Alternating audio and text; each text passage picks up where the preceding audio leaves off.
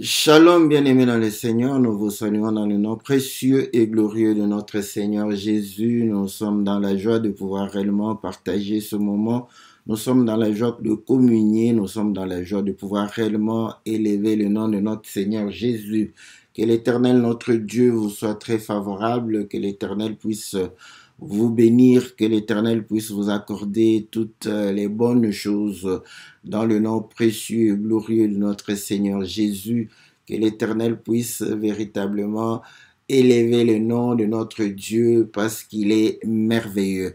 Voilà, bien-aimés dans le Seigneur, nous sommes là dans votre émission Que la Bible parle, une émission qui vous est présentée chaque mercredi par votre bien-aimé le pasteur Philippe Bonkenge. Une émission qui nous permet de pouvoir réellement élever le nom de notre Seigneur Jésus, une émission qui nous permet de reconnaître quelle est la volonté de notre Seigneur, une émission qui nous permet de pouvoir reconnaître quelle est réellement la pensée du Seigneur, quel est le sens de la parole de Dieu, des Écritures, une émission qui nous permet de pouvoir réellement être éclairé, de pouvoir être certifié, de pouvoir réellement comprendre les choses de Dieu parce que nous voulons les comprendre, nous voulons les saisir, nous voulons véritablement vivre la parole du Seigneur selon sa volonté. Voilà, bien-aimés dans le Seigneur, nous sommes là pour pouvoir réellement vous servir, nous sommes là pour pouvoir accorder, n'est-ce pas, réellement notre attention à vos préoccupations. Nous sommes là pour pouvoir réellement apporter la lumière à vos préoccupations dans le nom précieux et glorieux de notre Seigneur Jésus. Et ainsi, nous prions l'Éternel notre Dieu, le Maître du ciel et de la terre, de l'univers visible et invisible, Maître des temps et des circonstances, de tout esprit et de toute chair, de pouvoir réellement être favorable à chacun de vous, de pouvoir apporter solution à vos préoccupations, à vos désirs, à vos besoins, que le Seigneur puisse répandre ses grâces dans vos vies afin de pouvoir réellement vous apporter toute l'assistance pour que vous soyez dans la joie de pouvoir les servir, que vous puissiez être réellement dans la paix, de pouvoir réellement élever le nom de notre Seigneur Jésus. Voilà, bien-aimés dans le Seigneur, comme je le disais, c'est votre serviteur, le pasteur Philippe Mokenge, et pour votre émission que la Bible parle. Nous saluons tous les bien-aimés qui sont connectés et qui soutiennent toutes nos émissions par leur participation. Que l'Éternel puisse vous bénir, que l'Éternel puisse vous accorder toutes les bonnes choses. Salutations à la sœur José et Longo, que Dieu vous bénisse. Nous bénissons le bien-aimé Ghislain, nous bénissons le bien-aimé David, nous bénissons le bien-aimé Jean-Marie, nous bénissons le bien-aimé Jean Didier, nous bénissons le bien-aimé Peter, bien-aimé Farid, nous saluons le bien-aimé Gabin, le bien-aimé Guy, nous saluons la sœur Cathy, la sœur Bia, la sœur Sylvie, nous saluons la sœur Ida, nous saluons la sœur Nota, nous saluons le bien-aimé Julien, que le Seigneur vous soit très favorable. Salutations, n'est-ce pas, à la sœur Charlotte, à la sœur Aurélie, nous saluons tous les bien-aimés qui ne cessent de pouvoir nous soutenir au travers à leur participation. Salutations à la sœur Astrid. Voilà, nous allons parler des excès des tables, n'est-ce pas?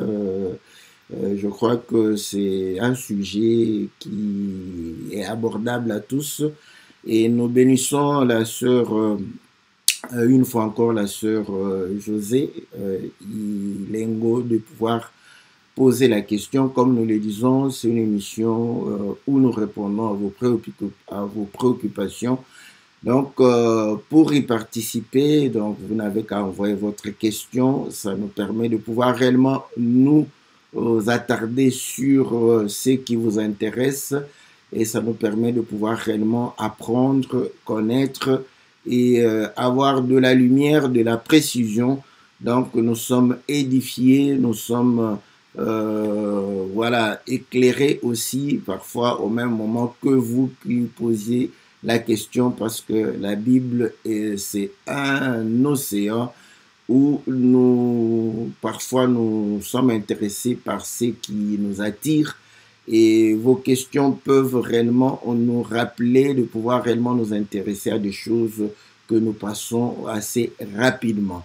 Voilà, bien-aimés dans le Seigneur. Donc, comme je le disais, nous bénissons la sœur Josée qui nous a posé la question de pouvoir réellement comprendre ce que la Bible veut dire au travers les excès des tables. Bon, ça peut paraître une question évidente, une question triviale, mais en y réfléchissant, on comprend réellement la quintessence de sa question. On comprend pourquoi elle pose cette question, parce que en y faisant plus attention, nous allons pouvoir réellement nous poser la même question. Voilà, donc bon, elle a choisi l'écriture de Galates chapitre 5, verset 21, où on parle des excès des tables.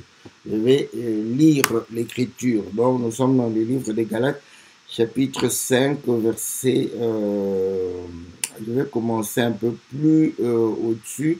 Donc, je commence au verset 18. Mais si vous êtes conduits par l'Esprit, vous n'êtes pas sous la loi. Or, les œuvres de la chair sont évidentes, c'est-à-dire inconduite, impureté, débauche, idolâtrie, magie, hostilité, discorde, jalousie, fureur, rivalité, division, parti pris, envie, ivrognerie, voilà, excès de table et choses semblables.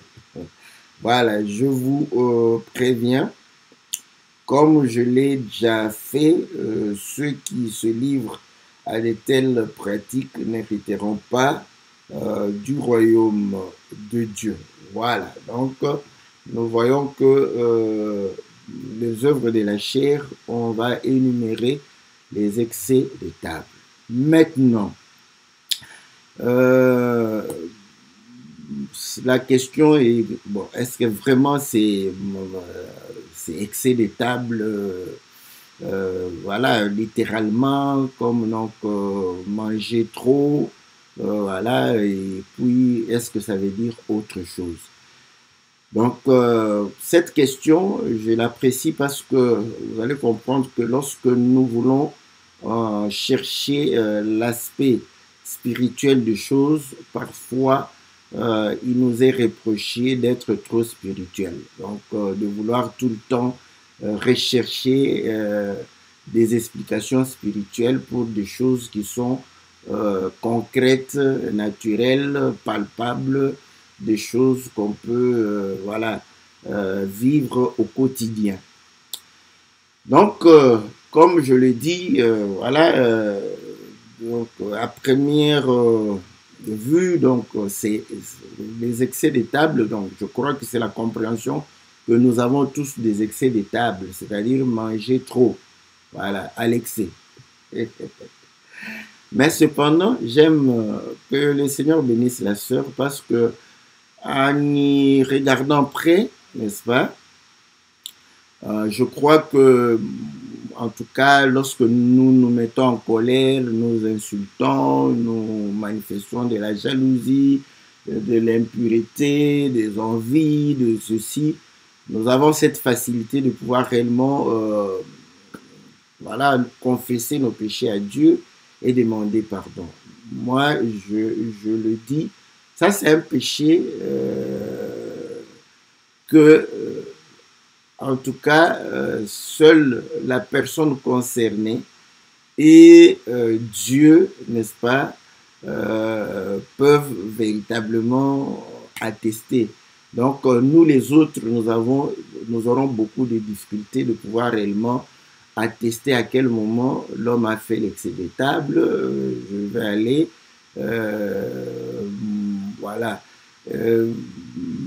Si lui-même ne révèle pas que voilà, en tout cas j'ai l'impression que je fais l'excès des tables. Ah, maintenant, là vous allez comprendre que c'est difficile de juger quelqu'un, n'est-ce pas, de faire l'excès des tables.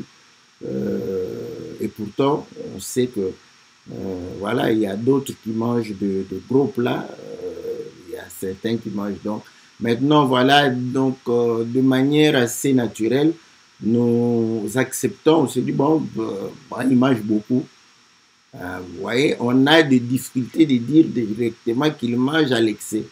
On dit qu'il mange beaucoup parce qu'il a une grosse assiette, il a mis beaucoup de... bon, on se demande s'il va finir. S'il finit, tout le monde comprend que ouais, bon, c'est la quantité qui lui convient. Ouais. Donc, vous voyez qu'on a des difficultés de pouvoir, de manière apparente, apporter un jugement sur quelqu'un, s'il a fait l'excès de table ou pas, si ce n'est que lui-même, s'il vous dit, oh, en tout cas, vraiment, j'ai trop mangé, je crois avoir fait un excès de table. Et généralement, je le dis, et moi, je le dis pour moi, en tout cas, je ne sais pas si j'ai déjà confessé à Dieu le péché d'avoir fait un excès de table. Donc, vous allez comprendre que je ne sais pas si toi, tu l'as déjà fait. Si tu l'as fait, ok, c'est une très très bonne chose de reconnaître, mais c'est quelque chose, même quand on est un peu conscient que non, non, non, j'ai trop mangé, vous voyez, j'ai trop mangé. Mais en tout cas, on n'a pas ce réflexe de se dire que non, il y a quand même une écriture qui dit que l'excès de table, n'est-ce pas, sont les œuvres de chair, c'est contraire à l'esprit, donc c'est un péché. Ouais, donc, pour confesser cela, mais on se dit, bon, j'ai l'impression que j'ai trop mangé, et ça passe. Donc, on n'a pas le temps de pouvoir dire à Dieu, oh non, pardonne-moi d'avoir trop mangé. Voilà. Donc, c'est là où je comprends qu'effectivement, sa question, n'est-ce pas, elle est importante. Vous voyez? Donc, à ce moment-là, c'est difficile véritablement, même par rapport à soi-même, de se dire qu'on a fait l'excès de table. On a toujours l'impression d'avoir, voilà, être rassasié, n'est-ce pas, voilà, au complet. Donc, on est rempli, voilà, on est rassasié totalement. C'est l'impression qu'on a.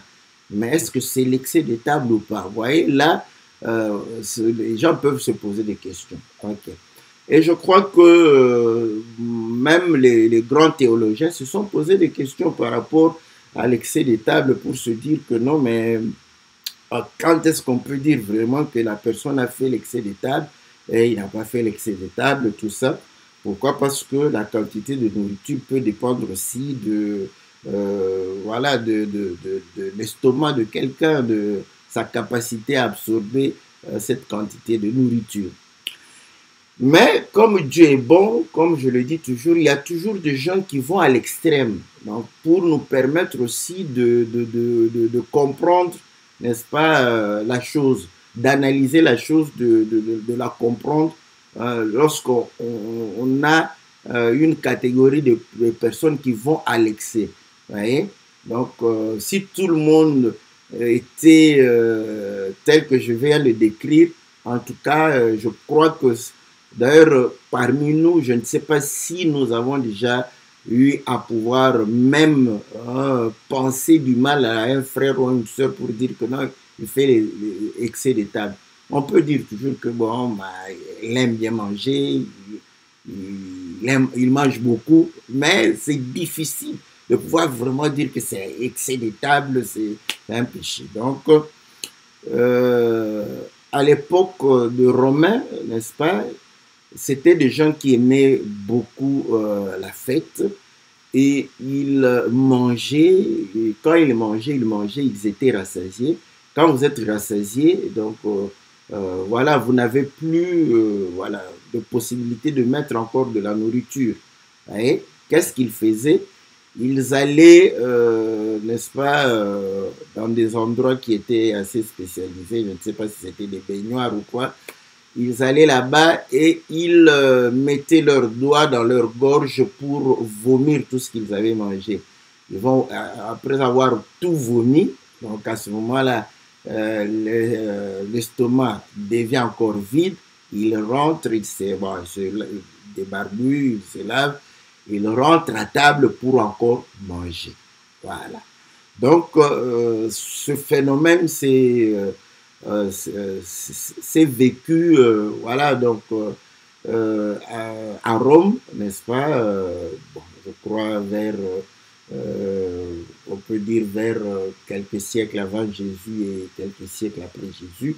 Donc il y avait ces habitudes-là où ils mangeaient et lorsqu'ils n'avaient plus de moyens de pouvoir continuer à manger, ils allaient vomir et revenir pour pouvoir manger. Et là, on comprend que ces gens ne mangent plus de façon normale. Pourquoi? Parce que on mange afin de pouvoir réellement apporter des nutriments au corps, apporter des éléments nécessaires au fonctionnement du corps, à l'activité du corps, au métabolisme du corps. Donc on a besoin de l'énergie, on a besoin, n'est-ce pas, de conserver de l'énergie, de construire, n'est-ce pas, le corps. Voilà pourquoi on a des protéines, on a de la graisse, des lipides, on a des glucides, du sucre qui nous permettent de pouvoir réellement entretenir l'activité du corps. Donc, quand vous ne mangez pas, donc vous serez en incapacité de pouvoir assurer, n'est-ce pas, l'activité métabolique de votre corps, donc assurer les activités physiologiques de votre corps pour pouvoir réellement vous maintenir en vie. Donc, la nourriture nous permet de pouvoir vivre. Voilà. Donc, à ce moment-là, si nous mangeons, c'est pour pouvoir réellement apporter des matières, n'est-ce pas, des nutriments nécessaires à notre corps. Donc, c'est indispensable de pouvoir manger. Voilà pourquoi le Seigneur, lorsque le diable va le tenter pour lui demander de pouvoir changer des pierres en pain, il va dire que l'homme ne vit pas seulement de pain. Donc, il démontre que le pain, la nourriture, nous donne la vie. Donc, nous mangeons pour vivre. Maintenant, il dit que l'homme doit vivre de toute parole qui sort de la bouche de l'Éternel. Donc, c'était une façon de lui dire que non seulement chercher la nourriture pour la vie, mais il faudrait aussi chercher la parole pour, n'est-ce pas, cette vie spirituelle. Donc, on comprend que nous mangeons pour pouvoir réellement apporter, n'est-ce pas, des éléments nécessaires. Voilà pourquoi, lorsque le corps en a besoin, le corps nous demande de la nourriture. On a faim pour comprendre que non, maintenant le corps a besoin, n'est-ce pas, de la nourriture pour pouvoir réellement se procurer l'énergie nécessaire. Donc, on va pouvoir manger. Et lorsque vous êtes rassasié, n'est-ce pas? Donc, cela, le corps, c'est une indication, le corps vous indique que voilà, c'est bon. En tout cas, la quantité que j'ai mangé, normalement, quand vous n'êtes pas malade, parce que vous pouvez perdre la sensation, n'est-ce pas, de faim. Donc, à ce moment-là, c'est un problème. C'est comme dans les hommes de vieillards où on demande des personnes qui prennent soin des personnes âgées de toujours, voilà, parce que leur nourriture est contrôlée, donc ils mangent à des heures fixes.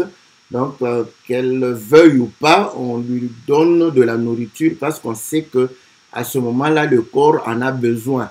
Vous voyez, mais elle n'a plus cette sensation de faim, elle n'a plus envie de pouvoir manger. Voilà pourquoi vous allez comprendre que la façon de préparer la nourriture peut susciter l'envie de manger, l'appétit. Donc, voilà, donc c'est pourquoi on souhaite aux gens bon appétit. Et Dieu a fait aussi la même chose, il a rendu les fruits agréables à la vue pour que ça soit appétissant. Voilà, pour que ça puisse aussi, n'est-ce pas, permettre à l'homme de pouvoir manger. Donc, c'était une façon de dire à l'homme bon appétit. Quand Dieu rend les fruits agréables, donc il souhaite à l'homme bon appétit. Voilà, donc, vous voyez l'exemple qu'on a donné, ça ce sont les théologiens.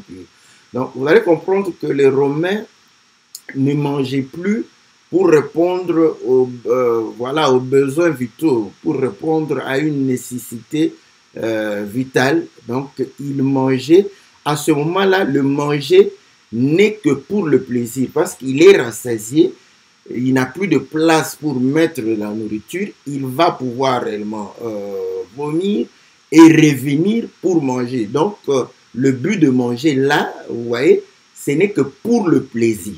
Voilà. Donc, vous comprenez maintenant que lorsqu'on parle d'excès de table, n'est-ce pas, en réalité, ce qu'on est en train, ce sont ceux qui font de l'excès, hein, qui sont à l'extrême, en tout cas, qui nous permettent de pouvoir avoir, voilà, cette définition. Et c'est là où je dis, je bénis le Seigneur parce que c'est quelque chose où nous avons, n'est-ce pas, de la retenue pour juger les gens. Or, c'est ce que le Seigneur nous demande, de ne pas juger les gens à l'apparence, de ne pas juger les gens, n'est-ce pas, par rapport à l'extérieur, mais de juger les gens par rapport au fond des choses. Donc là, c'est vraiment un élément où nous avons très souvent de la retenue. Il n'y a que la personne concernée et Dieu qui sonde tout, qui voit tout, qui peut, n'est-ce pas, avoir un jugement correct sur le comportement par rapport à la nourriture. Donc, c'est vrai qu'il y a d'autres éléments qui peuvent, n'est-ce pas, montrer l'état de l'homme, mais de manière générale, vous allez comprendre que nous serons moins tentés de pouvoir porter un jugement sur un frère ou une sœur. Et ceci, c'est vraiment quelque chose qui doit nous permettre de faire des exercices par rapport à d'autres façons de pouvoir juger les gens. Vous voyez, quand quelqu'un marche, vous pouvez le juger parfois sur sa démarche. Bah, vous allez vous dire, ah, c'est un orgueilleux. Vous voyez, c'est vite fait. Hein?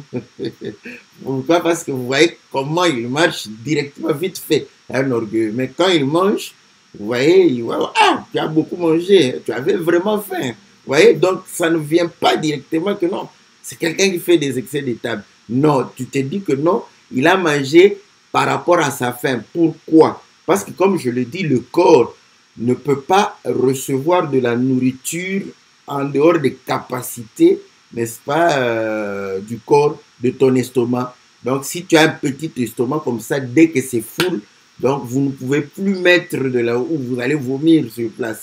Donc, vous voyez que ça nous permet de ne pas apporter directement un jugement. Et pourtant, je crois que chacun de nous sait s'il a fait des excès de table, combien de fois. Et bon, on se dit, qu'on se le dise, ce n'est pas un petit péché. C'est un péché comme tous les autres péchés. Donc, il faudrait, hein, n'est-ce pas, te repentir par rapport à cela. Donc, ce que je voulais dire, que ici, on comprend très clairement que, avec l'exemple de Romains, l'attitude des Romains, que l'excès des tables, c'est lorsque vous commencez à manger, non plus pour de besoins vitaux, mais juste pour le plaisir de la chair. Voilà pourquoi Galate classe cela parmi les œuvres de la chair. Vous voyez, le plaisir de la chair. Donc, ce n'est plus par rapport aux besoins vitaux. Et là, c'est important de pouvoir dire, hein, quand on est trop mécanique, c'est comme ça que moi, je ne prêche pas pour que vous soyez trop mécanique. Hein, comme, plaisir de la chair, ah, c'est diabolique, tout ça, c'est plaisir. Non, non, non, non. Ça, c'est français. Hein. Mais vous allez comprendre que avant que vous soyez vraiment plein, n'est-ce pas, et que au fait que le corps soit voilà, satisfait de la quantité que vous lui avez donnée, le reste là, vous voyez, ça commence pour le plaisir. Mais avant même ça, avant même quand on a faim, on commence à manger. On mange aussi pour le plaisir, parce que si la nourriture ne te plaît pas, tu vas voir que la sensation de faim va s'arrêter. Vous voyez? Donc, ce qui fait plaisir n'est pas nécessairement œuvre de la chair. Ah. Parce qu'une bonne nourriture bien préparée, ça te fait plaisir. Mais ce plaisir-là ne fait pas partie directement des œuvres de la chair. C'est un plaisir normal d'une bonne sensation. Voilà, on a de bonnes odeurs, un bon goût. Voilà, on apprécie. Donc, ça fait plaisir. OK. Donc, mais ça ne fait pas partie des œuvres de la chair parce que ce plaisir-là, on se procure ce plaisir par rapport à ce qui est vital, ce qui est nécessaire. C'est-à-dire que j'ai faim, mais je me fais le plaisir d'avoir un plat délicieux, un plat, voilà, exquis. Voilà, donc à ce moment-là, je mange avec plaisir, avec envie, avec appétit. Je ne pêche pas parce que, vous voyez, l'utile et l'agréable. Ça, c'est très important pour les enfants de Dieu. Quelque chose qui est utile dans ta vie, tu peux véritablement profiter de l'aspect agréable de la chose. Vous voyez? Ah, donc, c'est comme pour s'habiller aussi. Vous voyez? On s'habille parce que c'est utile. Vous voyez, si on peut avoir, je m'habille, mais la chose puisse me plaire, c'est bon, c'est pas toujours un péché. Vous voyez, donc tu ne le fais pas par rapport à des envies qui ne soient pas nécessaires. Maintenant, vous allez comprendre que quand vous vous habillez pour impressionner les autres, c'est ce qui n'est pas bon. Ça fait partie des œuvres de la chair. Mais quand vous vous habillez pour vous apprécier, ok, non, je trouve que c'est beau, la couleur me va, voilà, donc concordance, c'est bon. Voilà, c'est du plaisir, mais du plaisir qui se situe dans ce qui est nécessaire parce que tu ne peux pas marcher nu. Voilà. Donc, vous voyez,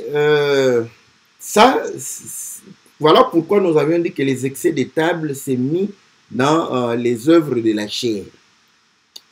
Écoutez, et Pierre va pouvoir aussi parler des excès de table. Maintenant, vous allez comprendre qu'il parle de cela et positionne ça parmi les gens incrédules, non-croyants, païens, inconvertis. Nous sommes dans 1 Pierre chapitre 4, au verset, je commence au verset 1. Ainsi donc, puisque Christ a souffert dans la chair, vous aussi armez-vous de la même pensée, car celui qui a souffert dans la chair en a fini avec le péché, afin de vivre non plus selon les désirs humains, mais selon la volonté de Dieu, pendant le temps qui lui reste à vivre dans la chair. C'est suffisant, en effet, d'avoir dans le passé accompli la volonté des païens, en marchant dans le dérèglement, les convoitises, l'ivrognerie, les excès du manger, les beuveries et l'idolâtrie criminelle. Voilà. Le français de ma Bible ici. Donc, excès ici, c'est les orgies. Ah, voilà. Donc, je n'ai pas voulu utiliser parce que ce sont des termes qu'on utilise moins. Donc, excès du manger. Vous voyez? Donc, il dit, nous avions marché selon la volonté des païens. Vous voyez, dans la volonté des païens, vous voyez, on a l'ivrognerie, excès de table.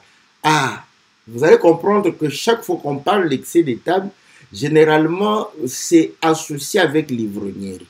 Pourquoi? Vous allez comprendre que lorsque nous mangeons, nous buvons. Nous pouvons boire de l'eau, nous pouvons aussi boire, n'est-ce pas, des vins, tout ça. Ce qui était dans les habitudes en Israël, c'était aussi dans la culture occidentale, même aujourd'hui dans la culture européenne, tout ça, les gens ont la facilité, pendant qu'ils mangent, ils boivent. Vous voyez? Donc, vous allez comprendre que même pour l'excès de vin, vous voyez, l'excès de vin, c'est dans la fête de Cana qu'on nous explique l'excès de vin. Vous voyez, lorsque le Seigneur va changer l'eau en vin, on amène à l'organisateur de la fête, il dit, mais comment vous gardez encore le bon vin? Mais qu'est-ce que les gens font? Ils donnent du bon vin quand les gens sont ivres. C'est-à-dire qu'en fait, au moment où ils boivent juste pour boire. Voilà, l'ivresse, c'est ça, boire pour boire. Parce qu'auparavant, ils avaient envie de boire. Mais à un certain moment, l'envie est finie, mais ils continuent à boire pour le plaisir. Voilà. Il dit, qu'est-ce qu'il dit? Il dit, on peut amener le mauvais. Pourquoi? Parce qu'il ne se rend même plus compte. Parce que il est ivre, hein, donc il ne sait plus discerner parce qu'à cause de l'ivresse, mais il continue juste à boire, voyez. Donc, ceci nous permet de comprendre que l'excès même de vin démontre que c'est on boit juste pour boire, c'est ça même l'œuvre de la chair. Boire juste pour boire, parce qu'on a envie de boire. Parce que ce n'est pas nécessaire. Et je ne défends pas, parce que, vous savez, moi, je prêche la parole comme ça, parce que quelqu'un va dire, mais elle est vin. Non, non, non. Oui? Donc, vous allez comprendre que quand quelqu'un prend le vin avant d'être ivre, donc, il est conscient. Donc, il a besoin, il a l'envie, le corps lui demande, n'est-ce pas, de pouvoir boire. Il boit. Et dès que le corps est satisfait, vous voyez, il continue à boire et à boire, et il fait l'excès. Gloire au Seigneur, pour l'eau, on ne fait jamais l'excès. Que Dieu soit loué. Voilà. Vous voyez? Mais vous allez comprendre que généralement, quand on boit l'eau, quand on n'a plus soif, on arrête de boire. Donc, le corps est, voilà, comme, voilà, il n'y a pas trop de plaisir qu'on tire de l'eau. Donc, quand on en a plus besoin, on arrête. Donc, l'eau nous donne une indication claire comment boire. On boit et quand on n'a plus envie de... C'est-à-dire que la soif est étanchée. Donc, à ce moment, nous pouvons, n'est-ce pas, arrêter de boire. L'eau, on le fait naturellement. Et pour les enfants, les adultes, les personnes âgées, dès qu'il n'a plus envie de boire l'eau, c'est fini. Il arrête de pouvoir boire, mais pas le vin. Voilà. Donc, vous voyez, excès, au lieu, ouais, normalement, c'est-à-dire que excès de vin, quand quelqu'un devient ivre, voilà, ok, c'est bon. Excès de table, quand quelqu'un mange, il mange trop. Bon, maintenant, là, je ne sais pas comment il va devenir. Bon, s'il dort, je ne sais pas. Ça, c'est bien. Mais ici, donc, pour tirer la pensée, c'est-à-dire que quand quelqu'un mange, non pas pour apporter des nutriments au corps, mais juste pour le plaisir. Hein, c'est ce que nous pouvons, pour le plaisir de la chair, pour satisfaire la chair, simplement. Je crois que si on fait cette définition, c'est bon. Voilà. Et là, parce que nous, comme j'ai expliqué, hein, j'ai pris mon temps pour expliquer, voilà. Maintenant, je veux qu'on aille un peu dans les choses de Dieu, n'est-ce pas? Le Seigneur Jésus, n'est-ce pas, dans le livre de Luc, chapitre 1, il va parler aussi de l'excès. Et là, je dis, c'est comme s'il n'y a que les païens qui font les excès de table. Mais pourtant, dans les fêtes des chrétiens, on voit aussi des tables pleines et certains frères avoir des assiettes pleines et certaines sœurs. Hein? En tout cas, je n'ai jamais vu quelqu'un critiquer. C'est rare hein, de critiquer. Ah non, ces frères-là, il a mis trop de nourriture. On les félicite. Ah, tu avais faim, tu n'as pas mangé à la maison, c'est tout. Tout ce que... Voilà. Maintenant, Luc chapitre 21, au verset 34, le Seigneur est en train de parler hein, pour avertir. Au verset 33, le ciel et la terre passeront, mais mes paroles ne passeront point. Prenez garde à vous-même, de crainte que vos cœurs ne s'appesantissent par les excès de l'ivrognerie, par les excès du manger, par le souci de la vie, et que ce jour ne fonde sur vous à l'improviste. Voilà. Donc, vous voyez, le Seigneur met l'excès de vin, l'excès de table et le souci de la vie. Hein? Comme étant des choses qui vont nous distraire par rapport aux choses de l'esprit. Donc, prenons vraiment cela de cette manière-là. Hein? Donc, ce sont des choses qui vont nous distraire par rapport aux choses, nous détourner par rapport aux choses de l'esprit. Voilà. Comme je le dis, la sœur a posé la question, est-ce que c'est vraiment l'excès de table ici? Je dis oui, c'est l'excès de table ici, mais moi et la sœur, et je crois beaucoup d'entre nous, nous aurons des difficultés à pouvoir détecter les excès de table. À moins que, mais si il combine avec l'excès de vin, quand il va vomir, on peut se dire, oh, il avait trop mangé. Voilà. Donc, vous allez comprendre que ceci, n'est-ce pas, puisse nous amener à une dimension spirituelle. Et maintenant, nous montons, le Seigneur parle qu'il va revenir. Donc, nous devons être attentifs par rapport à tout cela. Mais, c'est-à-dire que les choses qui plaisent à la chair vont nous détourner n'est-ce pas, de l'attente. Voilà.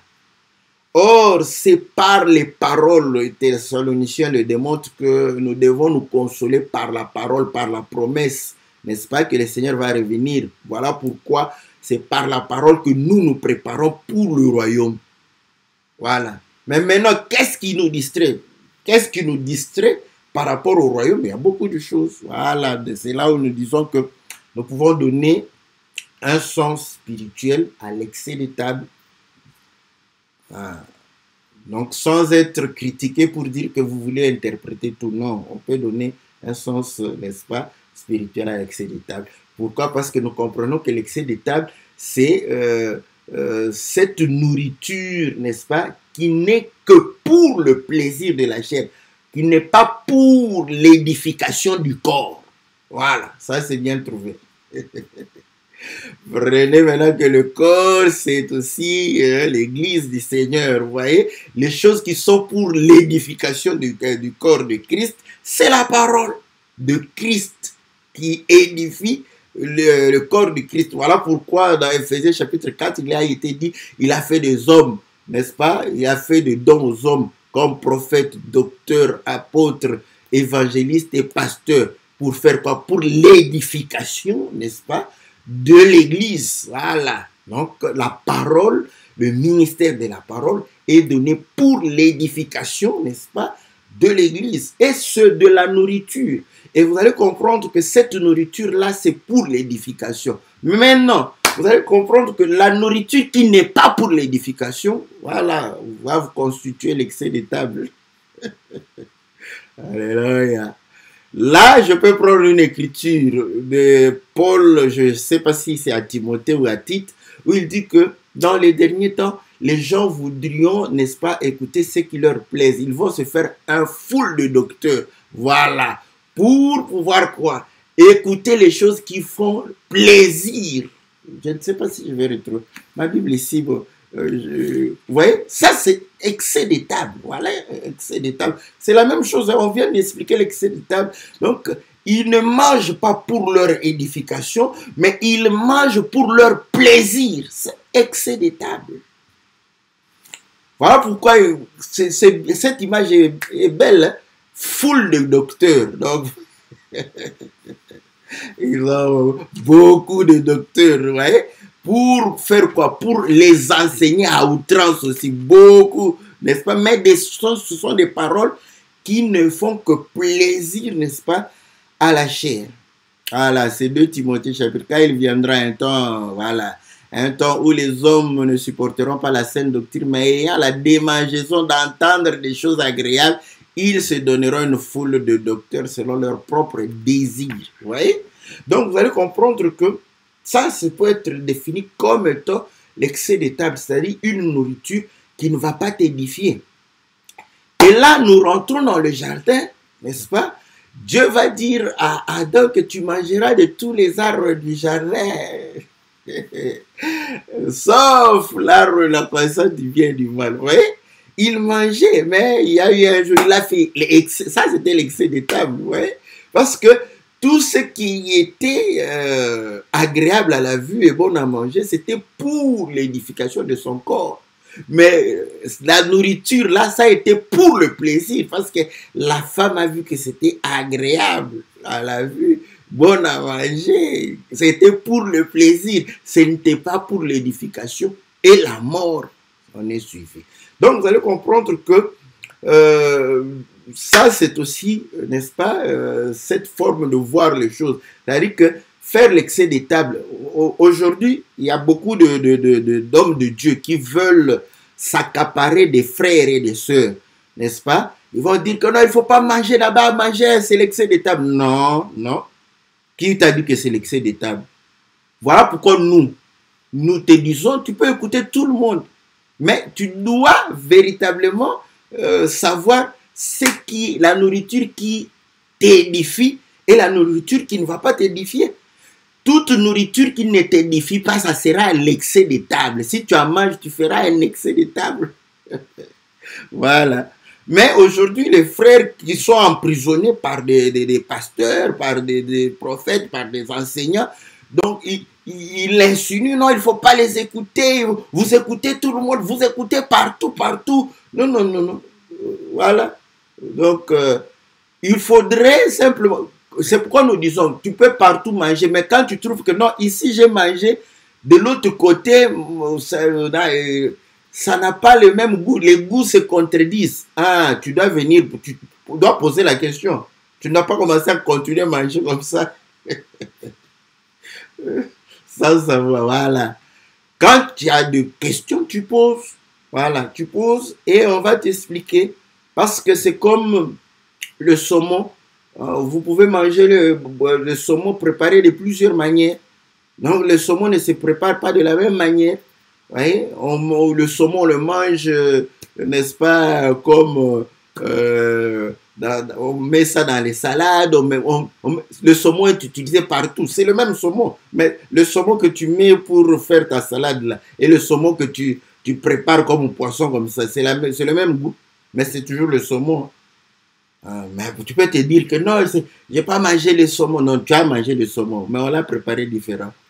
C'est à nous les cuisiniers, nous allons te dire que c'est du saumon. Ça a été préparé. Maintenant, quand quelqu'un est orgueilleux, il va dire non, non, le saumon se mange seulement lorsque c'est grillé. On comprend que, voilà. Donc, l'homme, il est en train de donner, n'est-ce pas, de la nourriture, mais avec peut-être des motifs qui ne sont pas les motifs de Dieu. Donc, vous allez comprendre une chose, que, n'est-ce pas, vous pouvez écouter, mais il faut faire comme les disciples de Béré. Voilà, pour vérifier. Voilà pourquoi les fils de prophètes, ils n'ont pas voulu faire l'excès des tables. Ils ont regardé, il y a des coloquins sauvages. Ils ont dit, non, non, non, non, non, non, ça, on ne va pas manger. Ouais. Donc, c'est véritablement ça. Ce n'est pas, quand on vous dit ça comme ça, on vous dit, oh non, pourquoi? Parce que quelqu'un n'a pas envie que tu puisses écouter les autres. Parce que je sais que ce que je dis, en tout cas, c'est rare de pouvoir réellement. Maintenant, j'ai cette confiance, ce n'est pas de l'orgueil. J'ai la confiance que la manière dont je prêche d'ailleurs, parce que nous, on ne vole pas trop. Donc, vous voyez, c'est difficile de pouvoir taper à côté. Difficile. Vous voyez comment je parlais de choses naturelles et je parle de choses spirituelles. Il n'y a pas une très grande différence. Donc, on vient des choses naturelles, on les a compris, voilà, directement. On les applique facilement dans les choses spirituelles. On comprend que tout ce qu'on est en train de manger, qui ne contribue pas à l'édification du corps, c'est de l'excès de table. Excès de table. Voilà. Donc, à ce moment, vous allez comprendre que tout ce que tu fais dans ta vie qui n'édifie pas, c'est un excès. Voilà pourquoi dans beaucoup d'écritures, on dit les gens qui vivent dans les excès. C'est indéfini. Donc, vous comprenez? Indéfini. Donc, des trucs inutiles. Tout m'est permis, mais tout n'est pas utile. Ce qui est inutile, c'est de l'excès. Voilà. Quelqu'un, pourquoi tu portes une montre en or? Oui, je porte une montre en or pour regarder l'heure. Voilà, c'est utile. Bon, pourquoi tu portes un bracelet en or? Bon, pourquoi je le porte? Ouais. Quelle est l'utilité? C'est faire plaisir. Faire plaisir et se montrer. Nourriture annexée. Ça, c'est une nourriture annexée. Ouais. Oh, mais tu as les boucles d'oreilles. Okay. C'est pourquoi? pour mieux entendre. Oh non, c'est pas pour mieux entendre. C'est pourquoi? C'est pour ça. Utilité. Quelle est l'utilité? L'édification. Parce que utilité veut dire édification. Quelle est l'utilité? Pas d'utilité. Et nourriture en excès. Ah, je sais que tu vas venir. Et la cravate là que tu portes alors, quelle est l'utilité? J'aime ça. Quelle est l'utilité de la cravate? Je t'informe que la cravate, les premières personnes à porter des cravates, n'est-ce pas, en forme de cravate, c'était des militaires qui étaient au front et qui avaient froid. Donc, pour pouvoir protéger leur cou de courants d'air, ils portaient ce qu'on appelle, je peux dire, l'ancêtre des cravates. Voilà pourquoi vous allez comprendre que ça commençait par des écharpes, de foulards. Donc, voilà. Et quand je porte ma cravate, donc je ne mets pas de foulard. Ça me protège contre utile et agréable. Et j'en profite pour que ça soit agréable. Voilà. Oh non, mais pourquoi tu vois quand tu portes ta ceinture là, quand c'est Versace, tu vois le boucle Versace, tu vois Gucci, Dolce Gabbana, tout ça. Vous voyez, mais le boucle, c'est pour... Mais s'il n'y a pas de boucle, le pantalon va pouvoir, voilà, céder. Vous voyez? Donc, si j'avais un fil, j'allais faire un nœud. Voilà. Donc, le nœud est utile. Et édifie parce que ça permet à mon pantalon de ne pas pouvoir céder, n'est-ce pas? Aux pressions des jeunes filles qui portent les mini-jupes. Voilà. Donc, à ce moment-là, maintenant... Monsieur Gucci, Monsieur Dolce Gabbana, Monsieur Versace, eux, ils ont voulu rendre agréable. L'utile et l'agréable, c'est pas incompatible. Ça fait bon ménage. Utile et agréable, bon ménage. Agréable à la vie et bon à manger. Ça commence avec Dieu. Hein? Agréable à la vie, bon à manger. Utile et agréable. Voilà. Bon ménage, c'est un bon ménage, voilà. Oh non, mais tu portes des lunettes en or. Oui, je suis myope, je ne vois pas de loin, tout ça. Mais pourquoi tu pouvais porter? Mais l'or, ça se conserve, ça rouille difficilement. C'est utile, vous voyez? Utile et agréable. Bon ménage. Ça, ce n'est pas une nourriture en excès. Mais il n'y a rien. Pas de justificatif, rien du tout. C'est inutile, c'est de la nourriture en excès. Est-ce que on comprend? Excès de table. Voilà. Donc, vous allez comprendre que toute parole maintenant que le Seigneur n'a pas apportée, ça serait une nourriture en excès. Voilà pourquoi à Babylone, Daniel n'a pas voulu. Il a compris que non, il y a de nourriture en excès ici que nous ne pouvons pas manger. La viande, je ne veux pas manger. Légumes, il a mangé les légumes, parce qu'il ne voulait pas manger une nourriture qui n'allait pas les édifier.